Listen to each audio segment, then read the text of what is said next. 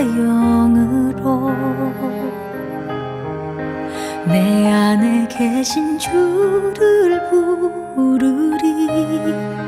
당신을 향한 노래를 내 숨소리와 영혼의 울림을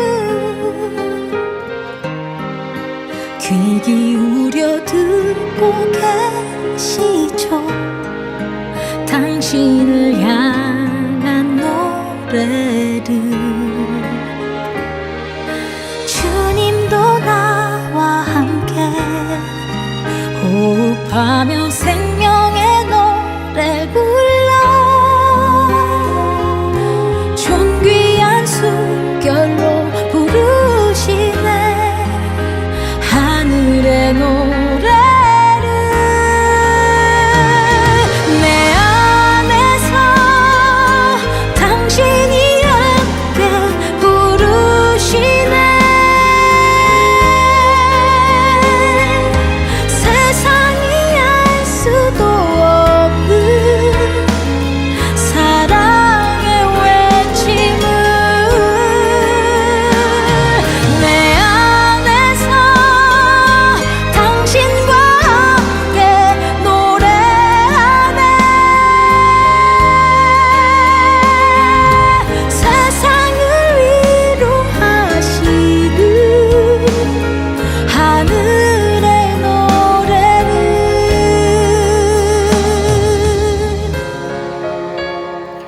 아버지께서는 자기에게 이렇게 예배하는 자들을 찾으시느니라. 하나님은 영이시니 예배하는 자가 영과 진리로 예배할지니라. 아멘.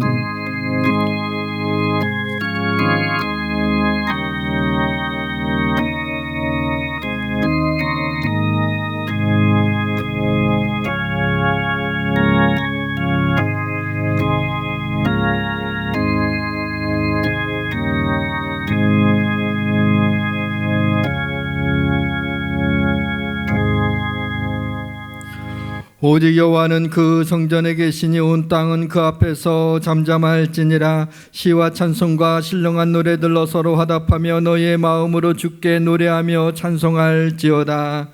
오직 나는 주의 사랑을 힘입어 주의 집에 들어가 주를 경외함으로 성전을 향하여 예배하리이다.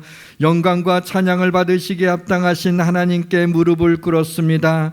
여러 가지 일들이 일어났던 지난 한 주간도 불꽃 같은 눈동자로 우리를 지켜주셔서 감사드립니다. 사순절을 지나면서 우리를 위해 고난받으시고 십자가에 죽으신 예수님을 생각하며 그 은혜의 말로 다 할 수 없는 감사를 드립니다. 하나님 아버지, 주의 백성들이 모인 이곳에 임재하시어 주의 영광을 보게 하시며 주의 영광이 가득한 예배를 드리게 하옵소서. 신령과 진정으로 드리는 우리의 예배를 통해 하나님 한 분만 영광과 찬양과 존귀를 받아 주옵소서. 예배 가운데 성령의 바람이 불게 하시고 성령의 불이 임하게 하옵소서. 예수 그리스도의 이름으로 기원하옵나이다. 아멘.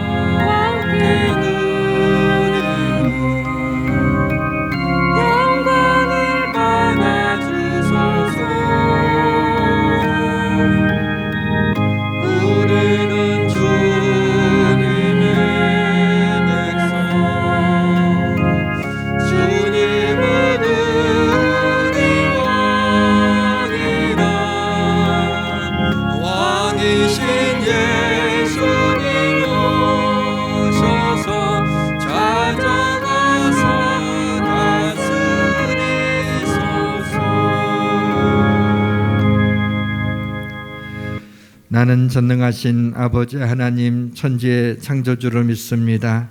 나는 그의 유일하신 아들 우리 주 예수 그리스도를 믿습니다. 그는 성령으로 잉태되어 동정녀 마리아에게서 나시고 본디오 빌라도에게 고난을 받아 십자가에 못 박혀 죽으시고 장사된 지 사흘 만에 죽은 자 가운데서 다시 살아나셨으며 하늘에 오르시어 전능하신 아버지 하나님 우편에 앉아 계시다가 거기로부터 살아있는 자와 죽은 자를 심판하러 오십니다. 나는 성령을 믿으며 거룩한 공교회와 성도의 교제와 죄를 용서받는 것과 몸의 부활과 영생을 믿습니다. 아멘.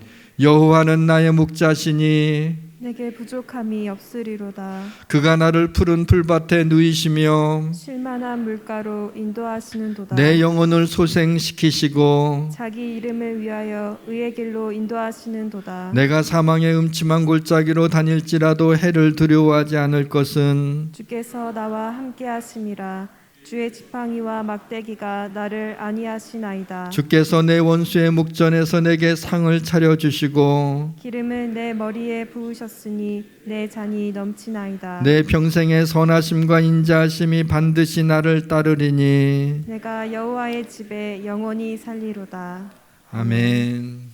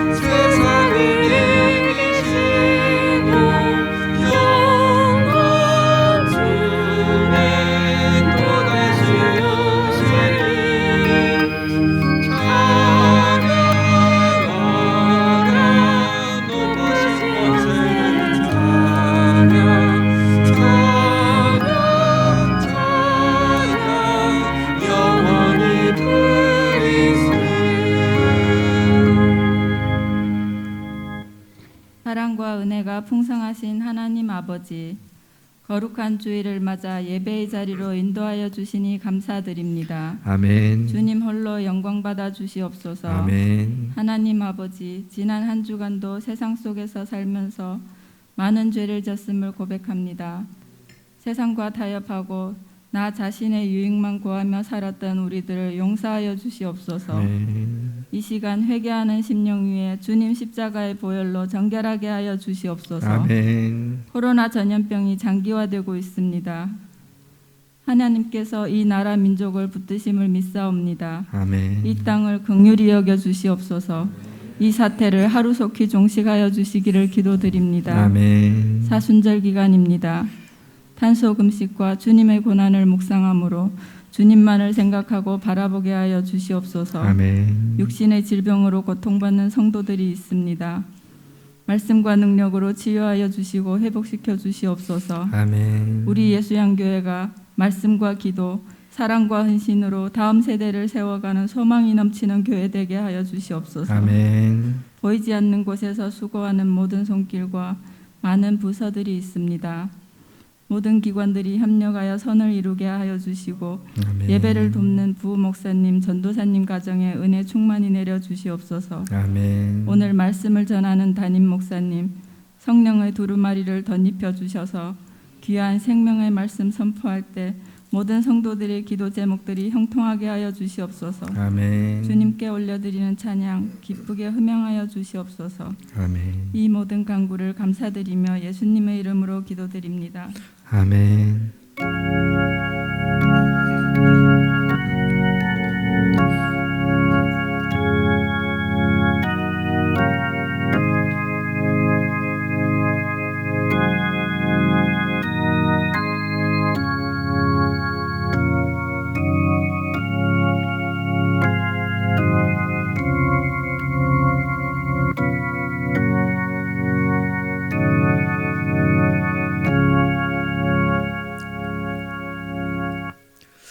좋으신 하나님께서 오늘 우리에게 주시는 말씀은 마가복음 4장 35절로 41절 말씀입니다. 신약성경 60페이지 혹은 59페이지에 있습니다. 마가복음 4장 35절로 41절 말씀까지 교독하도록 하겠습니다.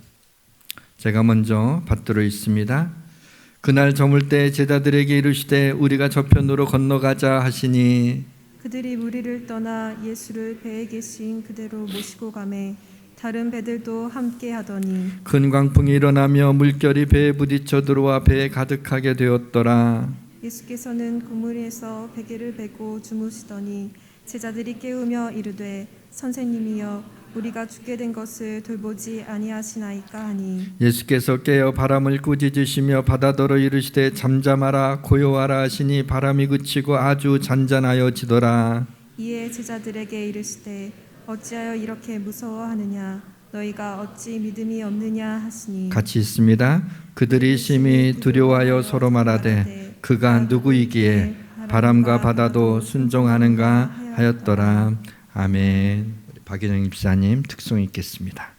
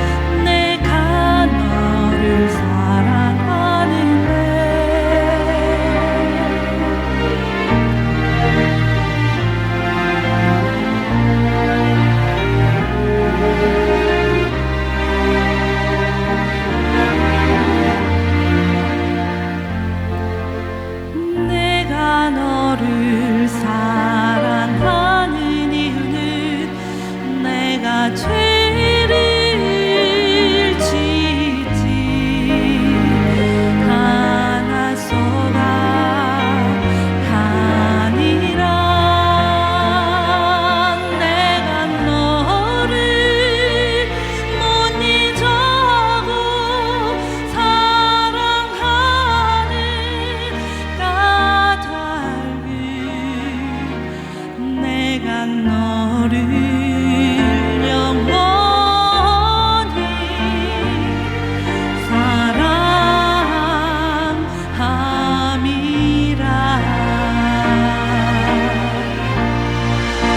내가 너를 사랑하고 영화롭게 하는데 누가 너를 정죄하리요 욕되게 하리요. 아무도 너를 만질 수 없음을 내가 너를 사랑함이라.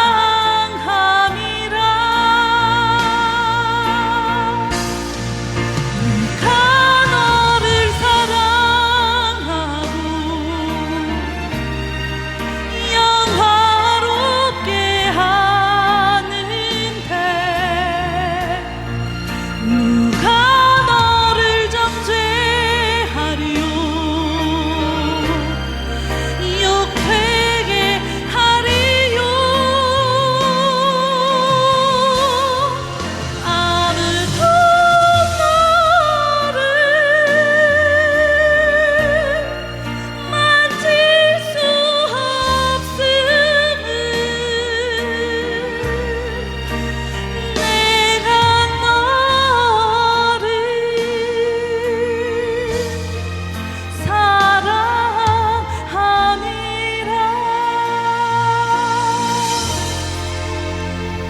아무도 너를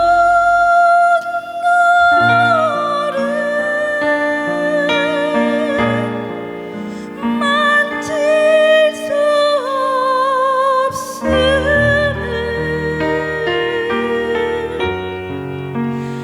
내가 너를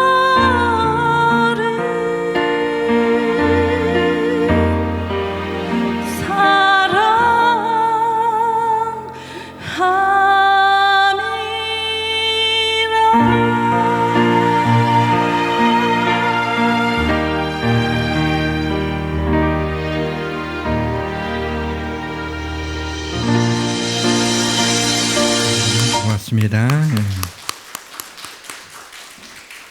기도하겠습니다. 하나님 아버지, 부족한 종에게 지혜를 주옵소서. 이 시간 주님의 말씀을 통해 주님 앞에 나아갑니다. 이 시간 주님의 말씀을 만남으로 주님을 만나길 원합니다. 저희는 매 순간 주님이 필요합니다. 이 시간 저희가 들어야 할 말씀이 선포되게 하옵소서. 사랑하는 우리 성도들, 성령의 능력으로 제가 준비한 설교보다 더 나은 설교를 듣게 하옵소서. 저희들 말씀을 듣기만 하지 않고 말씀대로 행하는 자가 되게 하옵소서. 예수님의 이름으로 기도드립니다. 아멘. 어떤 성도가 주일에는 하나님이 나와 함께 하시는 것 같은데 평일에는 그렇지 않는 것 같다라고 얘기하는 말을 듣고 생각해 보았습니다. 과연 그러한가? 그렇지 않습니다. 이렇게 묻고 싶습니다. 정말 주일에만 하나님이 나와 상관이 있는 분이고 평일에는 그 하나님이 나와 상관이 없는 분입니까? 아니요 라고 얼른 답이 나온다면 그 사람은 믿음이 있는 사람입니다. 돌진한 아기가 장난감을 가지고 놀다가 엄마가 어디에 있는지 확인하려고 이렇게 돌아봐서 엄마가 저쪽에서 자기를 보고 있는 것을 이제 의식하게 되면 마음 놓고 장난감을 가지고 이렇게 놉니다. 그러면 이 아기가 엄마를 볼 때만 그 엄마가 거기에 있는 건가요? 그렇지 않습니다. 아기가 장난감에 눈이 팔려가지고 엄마를 보지 못할 뿐이지 엄마는 한순간도 이 아기에게서 눈을 떼지 못하고 있는 것입니다. 사랑하는 성도 여러분, 주일 외에는 내가 하나님과 상관없이 사는 것 같습니까? 그렇지 않습니다. 하나님은 항상 그의 자녀들을 향한 눈을 떼지 않고 계십니다. 다만 내가 그 시선을 의식하지 못할 뿐이죠.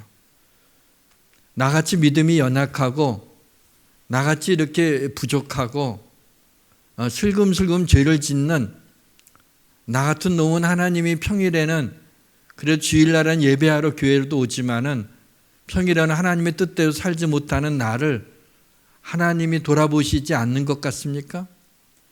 여러분, 아기들이 약하고 무슨 일을 저질를지 모르니까는 눈을 떼지 못하는 거예요. 우리가 믿음이 약하고 부족하다면 그래서 하나님이 우리에게 대한 시선을 거두지 않으십니다.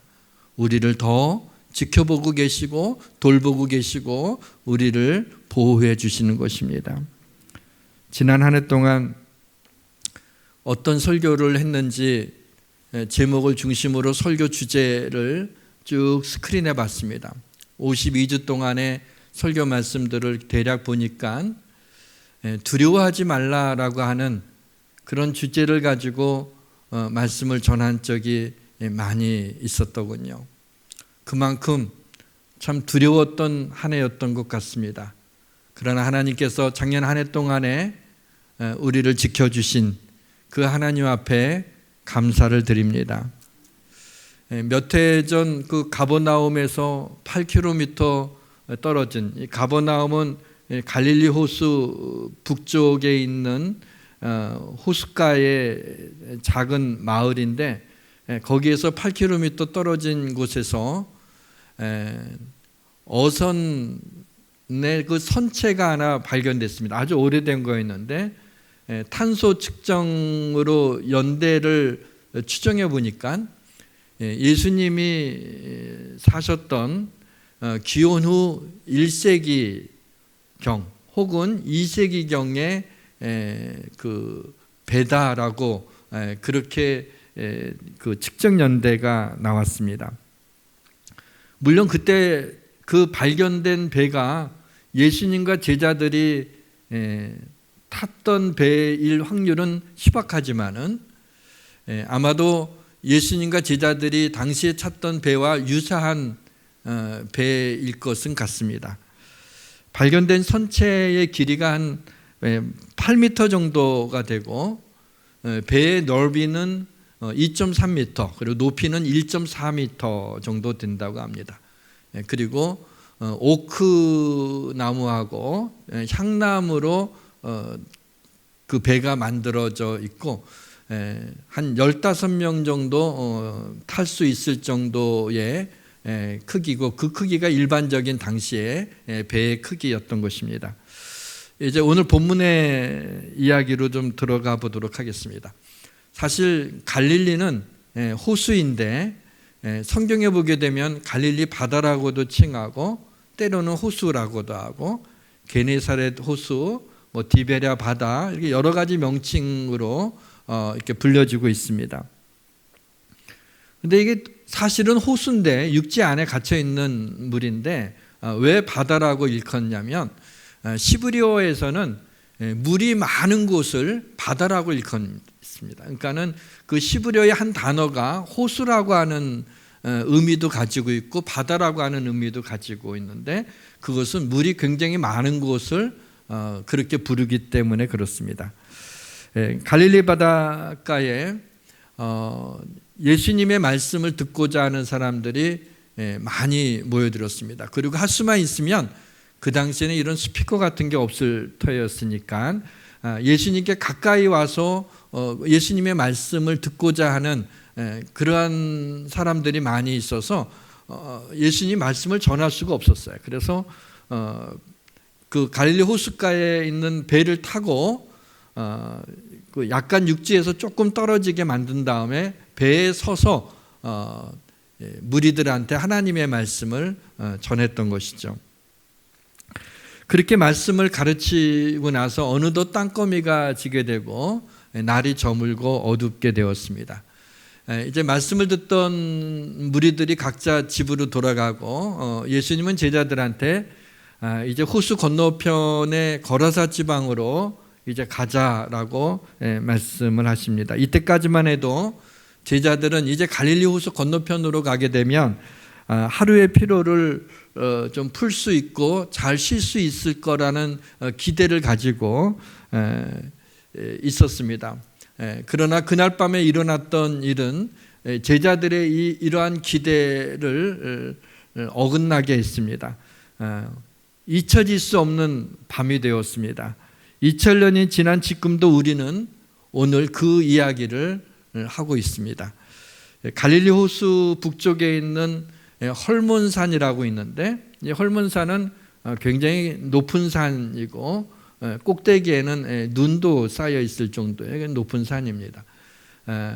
가끔 이 헐몬산의 산꼭대기에서 불어오는 차가운 바람이 해수면보다 낮은 이 갈릴리 바다의 그 따뜻한 해풍하고 만나게 되면 폭풍이 일어나곤 했습니다. 뭐 자주 있었던 일은 아니지만 가끔 그러한 풍랑이 일곤 했습니다. 근데 갈릴리 바다에서 일어나는 풍랑은 사실은 낮 시간에 그런 풍랑이 많이 일어나기 때문에 어부들이 고기를 잡을 때는 밤에 나가서 고기를 잡는 경우들이 많이 있었습니다. 그런데 오늘 이 사건을 보게 되면 날이 저물어서 어두울 때 큰 광풍이 일어나는 이 일은 참 매우 드문 일이었습니다. 이것은 아직 믿음이 연약한 제자들에게 믿음을 레슨하기 위한 하나님의 의도적인 타이밍이었던 것 같습니다. 본문 37절을 보게 되면 큰 광풍이 일어나며 물결이 배에 부딪혀 들어와 배에 가득하게 되었더라 라고 말씀하고 있어요. 근데 이때 예수님은 배의 고물은 배의 뒤편이죠.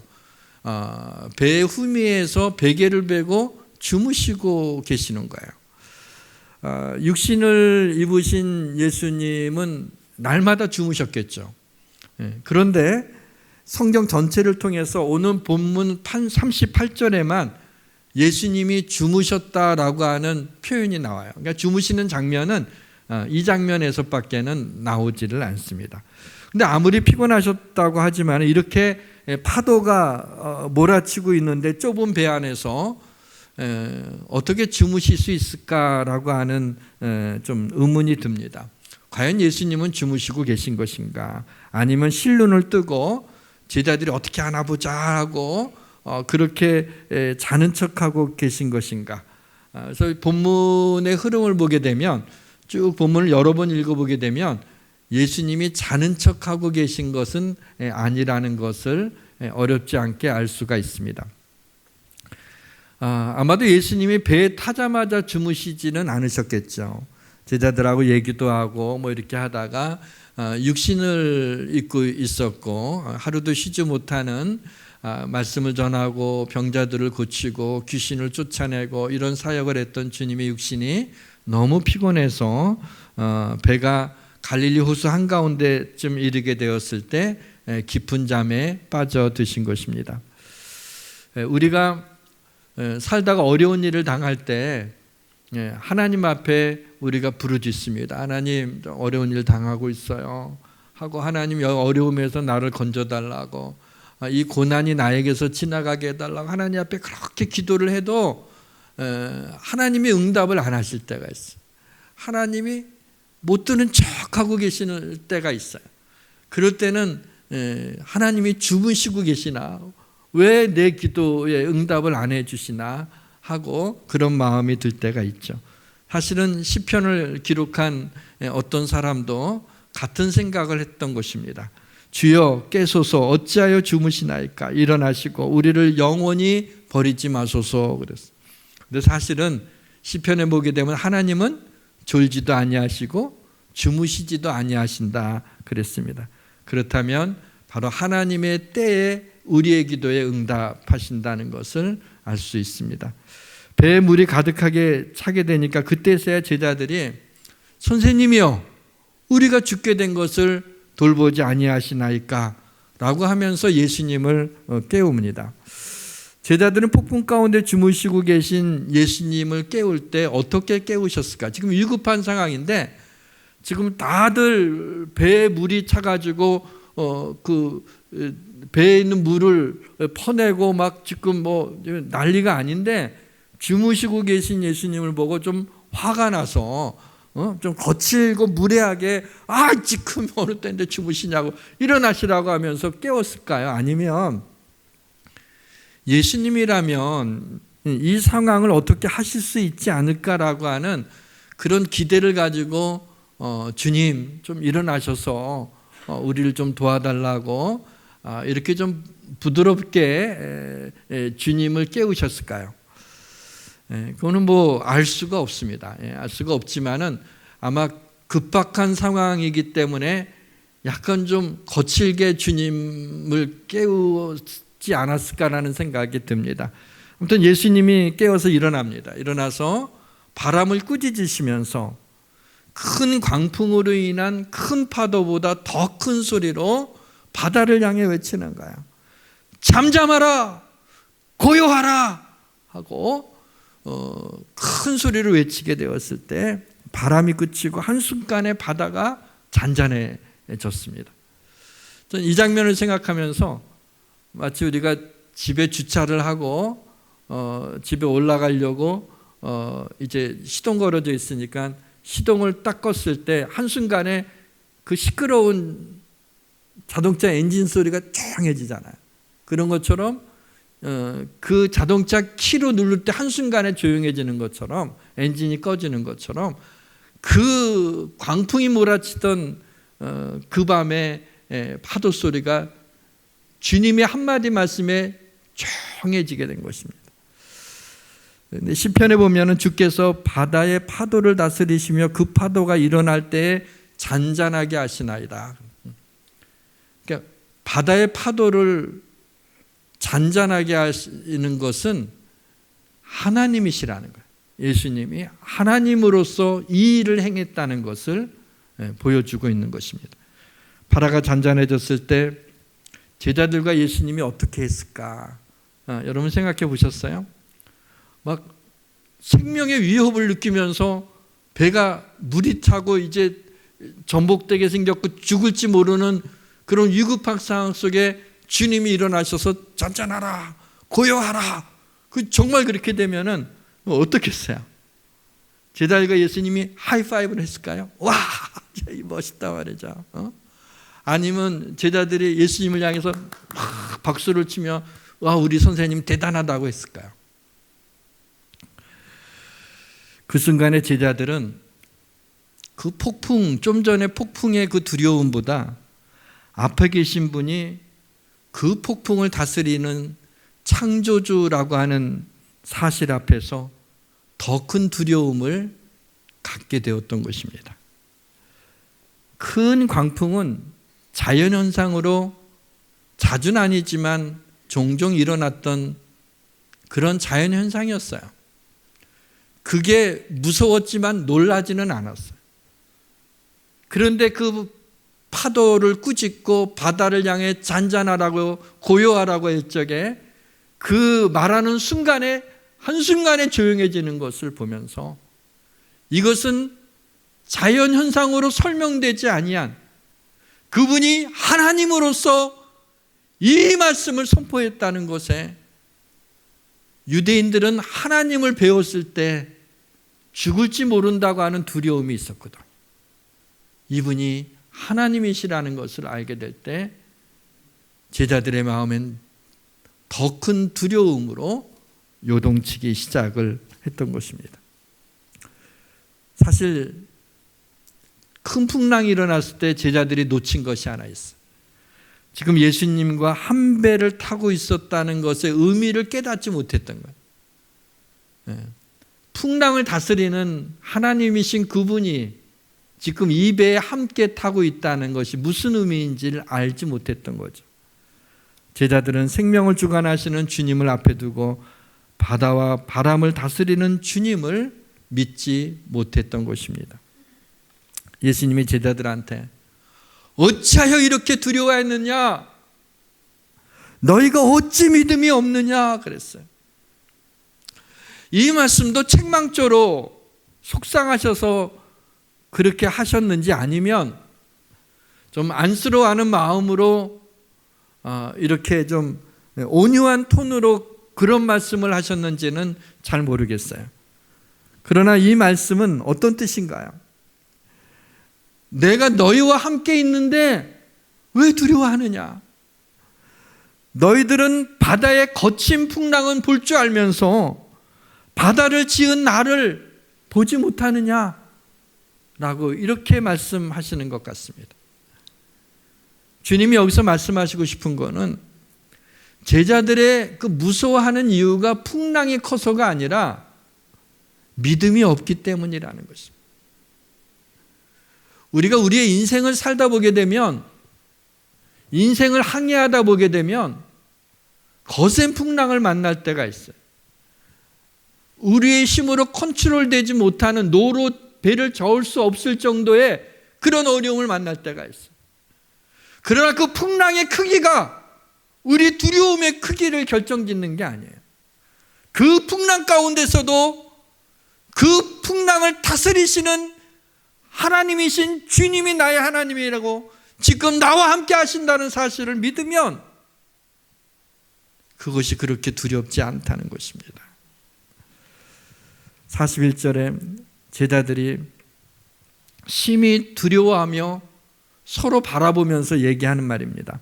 그가 누구이기에 바람과 바다도 순종하는가?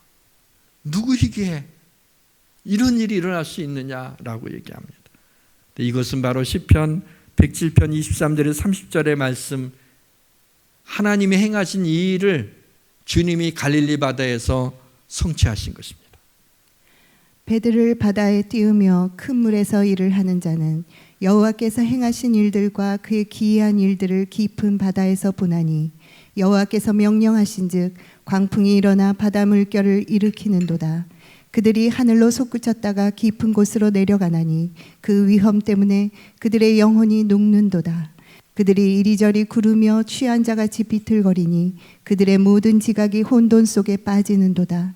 이에 그들이 그들의 고통 때문에 여호와께 부르짖음에 그가 그들의 고통에서 그들을 인도하여 내시고 광풍을 고요하게 하사 물결도 잔잔하게 하시는도다.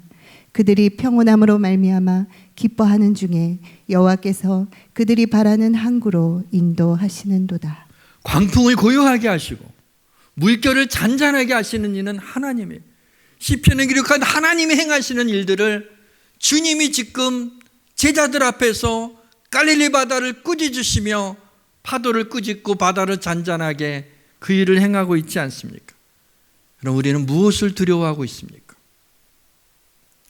사랑하는 성도 여러분, 갈릴리 바다의 큰 풍랑을 잔잔하게 하신 주님은 오늘도 동일하게 코로나 폭풍뿐만 아니라 우리의 삶의 여러 가지 폭풍을 잔잔하게 할 것을 믿으시기를 주님의 이름으로 축원합니다.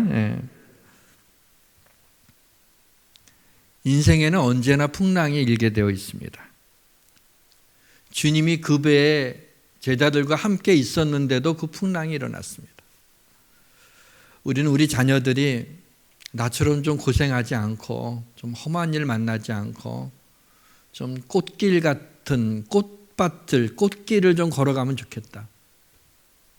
주단을 깔고 그 위로 걸어가면 좋겠다 생각을 하고 기도하지만 그렇게 되는 경우는 없습니다. 누구나 우리 인생이라고 하는 이 바다는 이것을 항해할 때는 어려움들이 오게 돼요. 돈이 굉장히 많으면 어렵지 않을까요? 네, 그것 때문에 어렵습니다.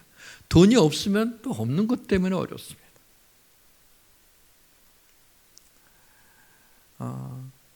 우리의 삶에는 아무리 많은 것들이 보험을 많이 들고 준비되어 있어도 한번 무너지게 되면 그 모든 것이 아무것도 아니에요. 그것을 피해갈 길이 없어요. 중요한 것은 뭐냐면 어떻게 이 풍랑을 이겨나갈 수 있느냐라는 겁니다. 큰 풍랑이 내 삶에 일어날 때 그 광풍을 잠재우시는 주님이 나와 함께 계신다고 하는 믿음을 가지는 것입니다. 두려움이 항상 있죠. 암이라고 하는 질병이 불현듯 찾아오기도 하고 어떤 사고를 당할 수도 있고요. 가족 간의 갈등으로 인해서 너무 힘들 수도 있고 또 노후 문제가 좀 걱정이 되는 분들도 있고 그런가 하면 자녀들에게 있는 여러 가지 어떻게 도와줄 수 없는 그 문제들이 있을 때 또 많이 걱정이 되고 또 숨은 죄가 드러날까 봐 또 걱정이 되기도 합니다. 앞으로 어떤 일이 일어날지 알지 못해서 두려워하는 마음은 언제나 있어 왔습니다. 우리는 한 번도 미래의 일을 걱정하지 않은 적이 없습니다. 코로나 계절을 지나가고 있기 때문에 힘든 것이 아닙니다. 그렇지 않더라도 우리는 여전히 항상 힘들었습니다. 항상 불경계였고 항상 힘들었습니다. 삶의 폭풍을 만날 때 불안하고 두려워하는 것은 당연한 인간의 본능입니다. 그러나 그 두려움에 묶여 있어서는 안 되는 거죠. 두려워한다고 두려움이 없어지지 않죠. 두려워할수록 두려움이 더 커지게 됩니다. 두려움은 우리의 기운을 빠지게 하고 심장에 무리를 주고 잠을 이루지 못하게 하고 잠을 자도 악몽을 꾸게 합니다. 두려운 마음은 하나님이 주시는 마음이 아닙니다. 우리가 믿음이 없는 것처럼 느껴지는 이유는 왜 그럴까요?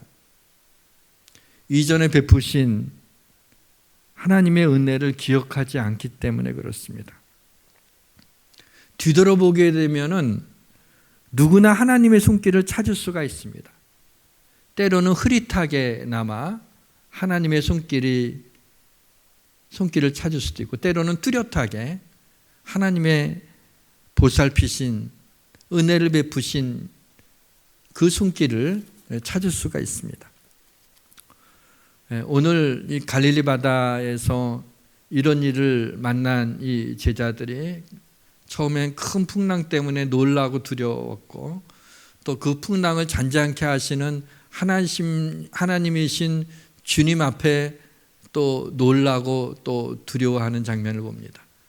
근데 사실은 누가복음 5장에 보게 되면 이 본문의 사건이 일어나기 전에 제자들은 이미 바로 그 갈릴리 바다에서 놀라운 일을 경험을 했던 것입니다.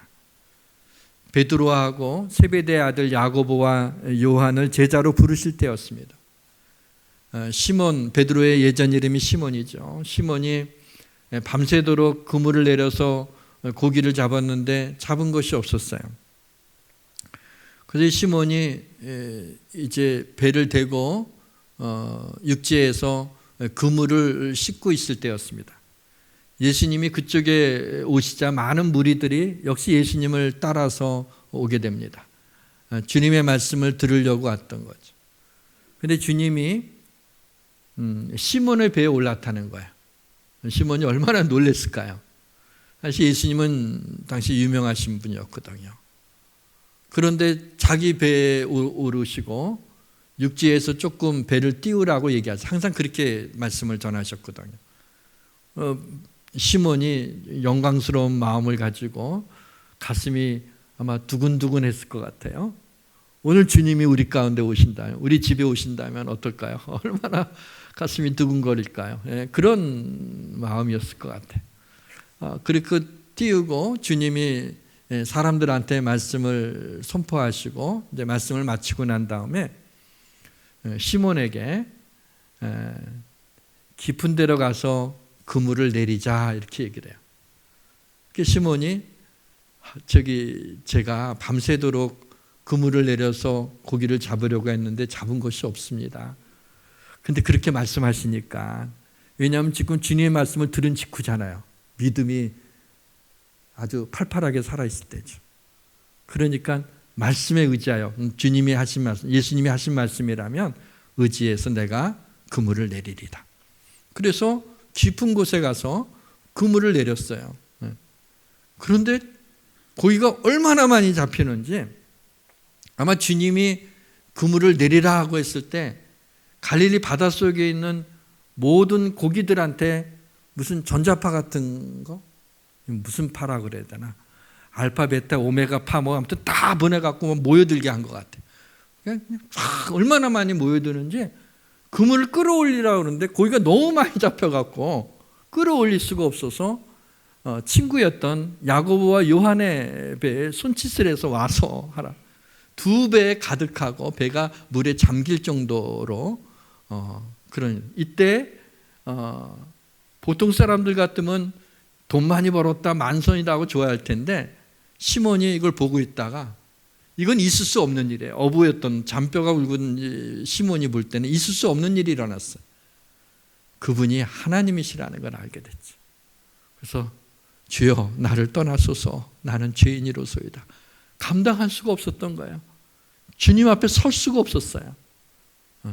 그럴 때 주님이 내가 이제부터 고기를 낚는 어부가 아니라 사람을 낚는 어부가 되리라. 나를 따라와라. 그래서 베드로도 또 야고보도 요한도 주님을 따라가게 되는 그런 장면이 있지 않습니까? 여러분, 이 기억을 잊어버릴 수가 있나요? 처음 부르심을 받았을 때 기억이. 더군다나 지금 어디에서죠? 그 갈릴리 바다였던 거예요. 그 일이 연상되지 않았겠습니까? 그런데 하나님이 베푸신 은혜를 그만 베드로도 요한도 야고보도 그때 있었던 사람들이 그것을 잊어버리고 있었던 거죠. 우리의 믿음의 연약함은, 다시 말하면 삶의 곤고함이나 광풍 가운데 우리의 믿음이 무너지는 이유는 그 전에 하나님이 내게 베푸신 은혜를 기억하지 못하기 때문에 그래요. 저의 삶 가운데서도 큰 광풍이 몰아칠 때가 여러 번 있었습니다. 어떨 때는 하나님, 그래도 주의 종이니까 내가 주님의 일을 하는 것도 제가 버거운데 제 삶에 힘든 일을 만나게 하면 제가 이걸 어떻게 감당하라고 합니까? 그러니까 애들도 잘 되게 하시고 어떤 모든 부분에 있어서 좀 형통하게 해달라고, 그 정도는 해주셔야 되지 않나라고 생각하고 기도해도 잘 안 들으셔 주시더라고요. 어려움이 와요. 큰 강풍이 와요. 그러면 저는 이렇게 해요. 먼저 지금 말씀드린 것처럼 지난날에 내가 지금 이 만난 이 고난보다도 더 큰 고난이 왔을 때 나를 그 가운데서 지켜주시고 나를 건져주시고 도와주신 하나님의 은혜를 기억하는 거예요. 그게 어떨 때는 흐릿하지만 어떨 때는 뚜렷한 기억들이 있잖아요. 내 기도에 응답해 주신 놀라운 하나님, 나를 사랑하시는, 나를 붙잡아 주시는 그 은혜를 기억하는 거야. 그러면 지금의 이 어려움은 지금은 내가 제일 큰 것처럼 느껴지면 그전에는 더 힘든 것이 있었는데 거기서도 건져주신 하나님이, 동일하신 하나님이 지금 여기서도 건져주시지 않겠냐. 그렇게 기억을 하게 되면 두려움이 좀 이렇게 떨쳐져 나가는 것을 느낍니다. 그리고 남아있는 것들은 어떻게 하냐면 이 광풍을 무서워하지 않기로 마음을 먹는 거예요. 나머지 잔당들이 있는데 그 두려움들은 내가 두려워하지 않기로 내가 마음 먹고 결단하네요. 두려워하지 않겠다. 왜냐하면 하나님이 나와 함께 하시는 거니까. 이 고난보다 더 크신 하나님이 지금 나와 함께 하심을 내가 믿으니까 두려워하지 않기로 마음을 먹는 거야.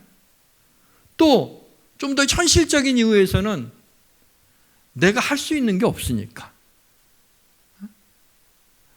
내가 할 수 있는 것은 두려워하느냐 안 하느냐의 문제인데 그건 안 하기로 내가 하는 거야. 그리고 기도하는 거야. 그러면 풍랑을 만날 때마다 그렇게 하나님 앞에 마음 먹고 예전의 은혜를 기억하고 하나님이 지금 나와 함께 하신다는 믿음이 생기면 그게 어떤 풍랑이라도 내 마음을 무너지게 하지를 못하는 거죠. 풍랑의 크기에 따라 두려움의 크기가 결정되는 것이 아니에요. 믿음의 크기가 두려움의 크기를 결정짓는 거예요. 우리 신앙의 단위는 하루인 것 같아요. 큰 광풍을 만나도 오늘 하루만 주님이 나와 함께 계신다는 것을 믿는 믿음으로 사는, 오늘 하루만. 일용할 양식을 달라고 우리가 기도하잖아요. 일용할 믿음도 달라고 기도하죠. 그날 하루에 필요한 믿음을 달라고. 그래서 그날 하루 곤두감이 있어요. 어려움이 있어요. 힘든 일이 있어요. 이것을 이길 수 있는 믿음을 달라고, 그날 필요한 믿음을 달라고 기도하고, 그렇게 주님이 오늘 이 시간에 나와 함께 하심을 믿으면 그걸 이겨나갈 수 있어요. 내일은 어떻게? 내일 괴로움을 대출해서 먼저 쓰면 안 돼요. 이거는.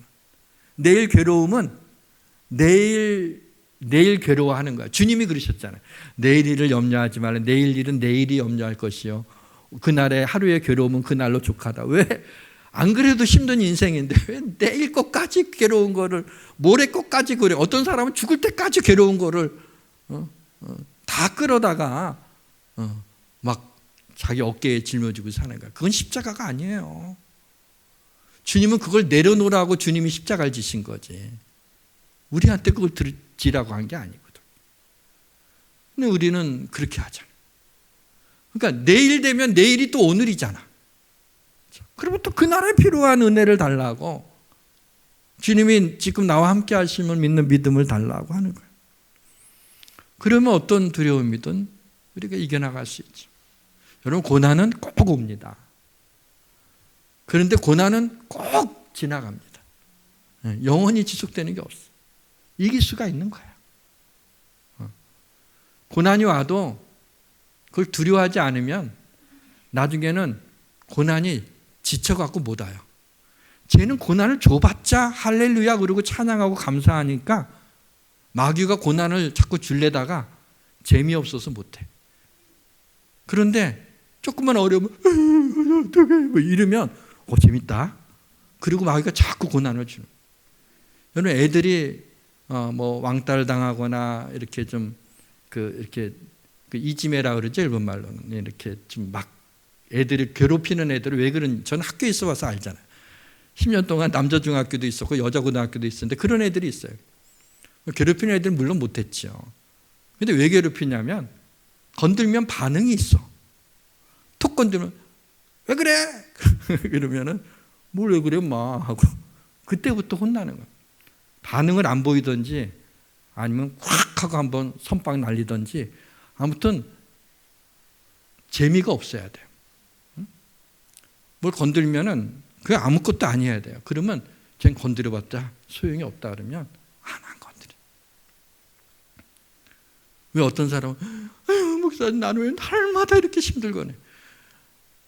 날마다 두려워하고 그러니까. 그래. 믿음으로 이겨나가야 돼요. 이길 수가 있어요. 우리는 주님이 계시잖아. 바람이 완전히 그쳤어요. 바다가 아주 잔잔해졌어요. 주님이 광풍에 있는 그 바다를 잔잔케 하셨어요. 사랑하는 성도 여러분, 모든 상황을 다스리는 우리 주님이 우리의 아픔도 그치게 하시고 우리의 고난도 잔잔하게 하시고 우리의 두려움도 잠재워 주실 것을 믿으시길 주님의 이름으로 축원합니다. 사랑하는 성도 여러분, 여러분의 인생의 배에 타신 이는 세상보다 크신 분이십니다. 오늘 말씀의 제목이기도 한 너희가 어찌 믿음이 없느냐라고 하는 주님의 말씀을 깊이 묵상을 해봤어요. 너희가 어찌 믿음이 없느냐.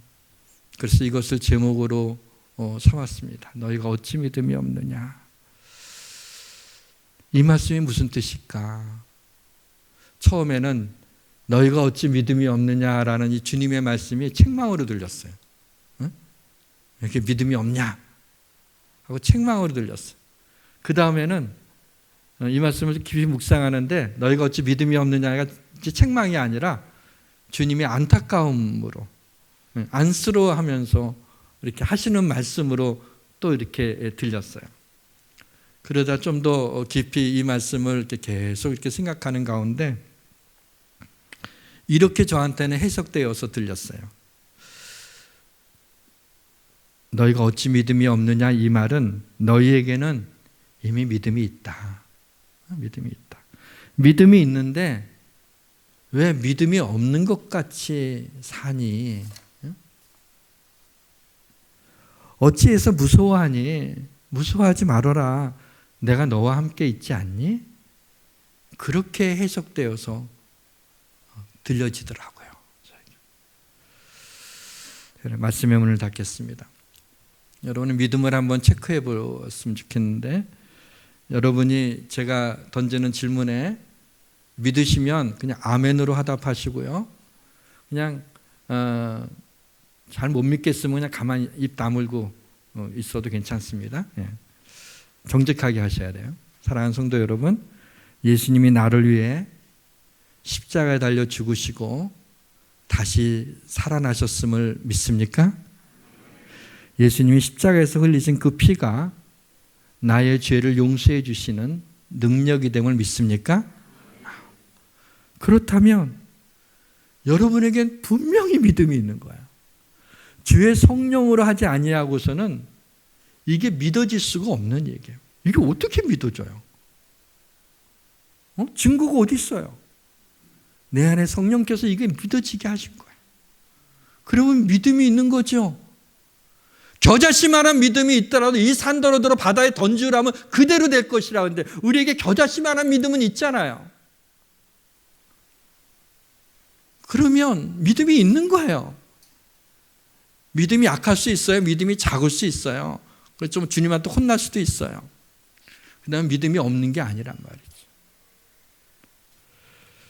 여러분의 믿음을 흔들리게 하는 거는 마귀의 속셈이에요. 야야야, 니까짓 게 믿음이 뭐가 있니? 그거 믿음이라고 너는 그거 달고 다니니 너? 야, 창피하다. 너 어떻게 교회에 나갈 수가 있니? 그렇게 할 때, 그러네. 아이씨. 그래, 내가 나 같은 게 그러면 안 돼요. 나 같은 거라니. 하나님의 자녀인데. 그런 속상에 들리면은, 물러가라! 사단아 말이야. 그래, 너 이렇지 않아. 그래. 그래도 나는 우리 주님이 날 사랑하시고, 나를 위해 죽으신 걸 믿는다. 그리스도의 피로 나의 모든 죄가 사함받아도 어쩔래? 하고 달려들어야 되는 거야. 그럼 마귀가, 이거 보통 애가 아니네. 하고 안 건드는 거야. 아니면, 그러게. 이러면 자꾸 건드는 거야. 그걸 물리쳐야 돼. 그럼 마귀의 속셈이라고 생각하고 해야지, 아유, 저 같은 게 믿음이 있나요? 이러지 말라니까요. 그럼 하나님의 아버지가 얼마나 속상하겠어요. 자식이, 저 병신 같은 제가 제가 아버지, 어머니, 자녀, 아들 자격이 있나요? 이러면 얼마나 속상하겠어요.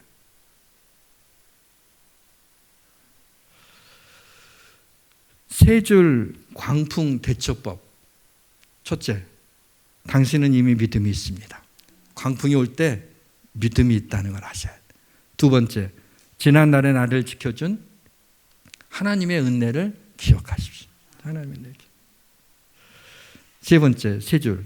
광풍이 불 때 광풍을 잠잠하게 하시는 그 하나님이 나와 함께 하시는 걸 분명히 믿으시고 두려워하지 마시고 담대하시길 바랍니다. 그렇게 광풍을 이겨나갈 수 있어요. 오늘 본문은 질문으로 끝을 맺고 있죠. 41절에 그가 누구이기에 바람과 바다도 순종하는가. 제자들이 자신도 모르는 사이에 터져나왔죠. 그가 누구이기에 세상에 바람과 바다도 순종하는가. 배에 탄 당시의 제자들은 알 수 없었어요. 근데 우리는 성경을 통해 그 답을 알고 있어요. 예수님은 여러분에게 누구이십니까? 찬송합시다. 371장 1절 3절만 부르겠습니다.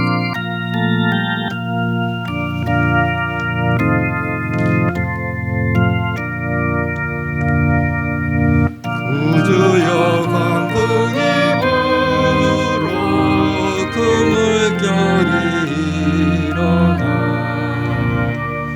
온 하늘이 어둠에 쌓여 피할 곳을 모르니 우리가 죽게 된 것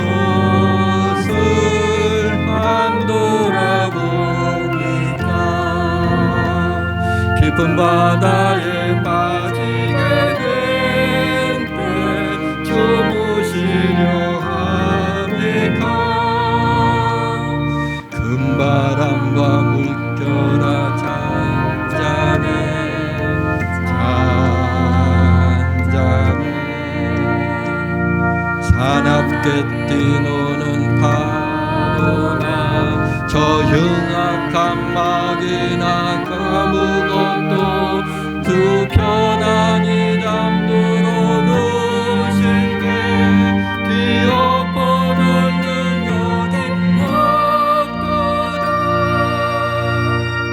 주 예수 분파를 꾸짖어 찬양해 찬양해 주 예수 분파를 꾸짖어 찬양하라. 사나운 광풍이 사나운 광풍이 자고 물결이 그치니 그 잔잔한 바다와 같이 내 마음이 편하다. 구주여 늘 함께 계셔 떠나지 마소서. 복된 항구에 들어가서 그 언덕에 쉬리라. 금바람과 물결아 잔잔해 잔잔해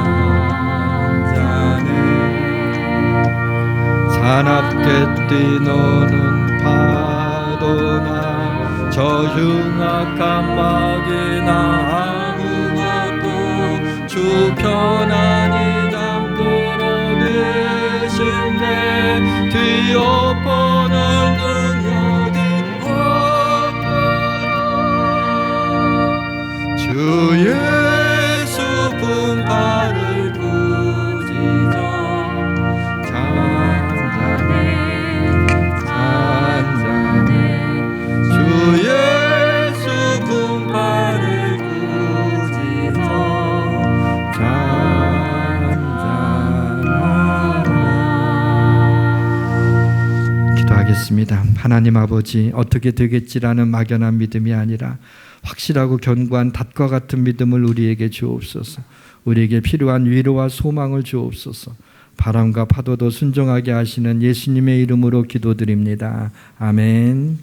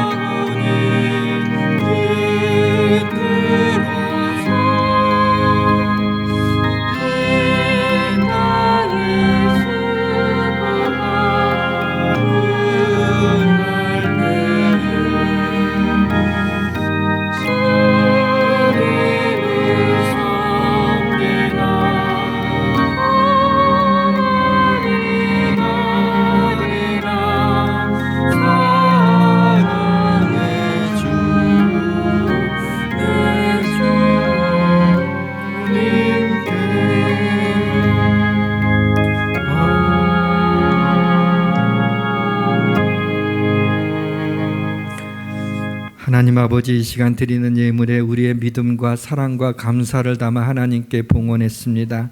작은 예물이지만 오병이어의 기적을 베풀어 주시어 하나님의 나라가 확장되게 하시며 교회가 든든히 세워지게 하시고 하나님의 선한 일을 하기에 부족함이 없게 축복하여 주옵소서. 우리의 소망과 쉼과 기쁨이 되시는 예수 그리스도의 이름으로 봉헌 기도드리옵나이다. 아멘. 우리 교회 소식은요, 우리 주보에 있는 거 읽어보시면 되고 2부 3부 예배 후에 우리 커피를 테이크아웃으로 무료로 드리니까 여러분 원하시는 분들은 3층에서 커피를 좀 받아가시면 좋겠고요. 40일 성경 통독 책자를 오늘까지만 받습니다. 이렇게 내주시면 다음 주에 여러분에게 좋은 선물을 드리도록 하겠습니다. 다 같이 일어나셔서 성령 345장 1절 5절 부르고 축도함으로 예배를 마치겠습니다.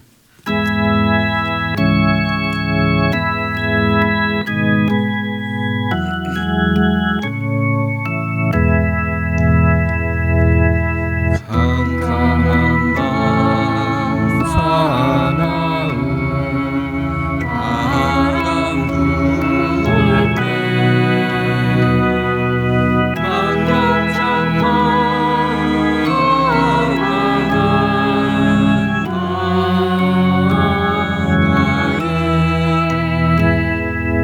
외로움에 한적에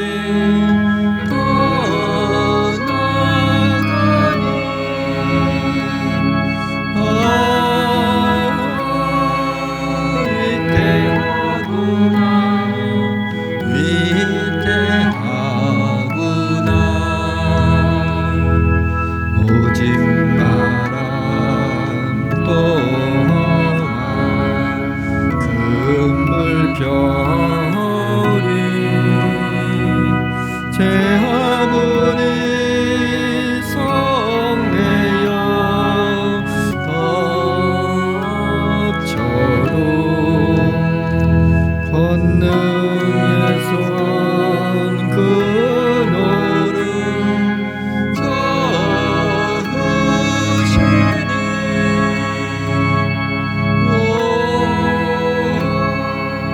잔잔한 바람 잔잔한 바람. 지금은 여기에 모인 주님의 자녀들 머리 위에 예수 그리스도의 은혜와 하나님 아버지의 사랑하심과 성령님의 교통하심이 영원히 함께해 주시기를 간절히 축원하옵나이다. 아멘.